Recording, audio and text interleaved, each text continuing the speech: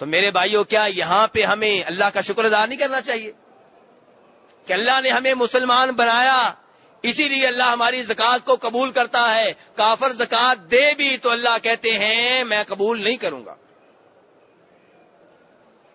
کیا یہاں پہ اللہ کا شکر ادا نہیں کرنا چاہیے؟ یمنون علیک ان اسلموا قل لا تمنوا علی اسلامکم بل اللہ یمن علیکم ان ہداکم للایمان ان کنتم صادقین۔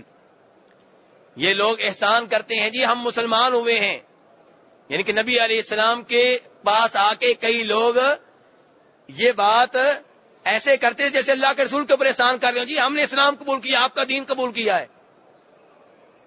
جیسے آج کئی لوگ اگر صحیح عقیدہ قبول کر لیں تو جن کی بات مان کے صحیح عقیدہ قبول کیا ہوتا ہے تو ان کے اوپر بوجھ بن جاتے ہیں، اس کے اوپر احسان جتاتے رہتے ہیں۔ تو اللہ نے کہا یہ تمہارا احسان نہیں ہے، تم مسلمان ہوئے ہو یہ تمہارا احسان نہیں ہے، اللہ کا احسان ہے کہ اللہ نے تم کو مسلمان ہونے کی توفیق دی ہے۔ آپ عمرے پہ آئے ہیں 1.5 لاکھ روپیہ لگا کے، 2 لاکھ روپیہ لگا کے، قیمتی وقت نکال کر، یہ آپ کا اللہ کے اوپر احسان نہیں ہے، اللہ کا آپ کے اوپر احسان ہے۔ آپ سے زیادہ مالدار وہاں پہ بیٹھے ہوئے ہیں، کئی لوگوں نے پاسپورٹ بھی جمع کروائے تھے، ویزے نہیں لگے، اور کئی لوگوں کو پاسپورٹ جمع کروانے کی بھی توفیق نہیں ملی۔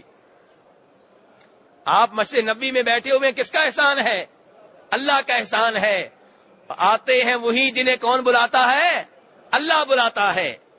آتے ہیں وہی جنہیں سرکار کا رب بلاتا ہے۔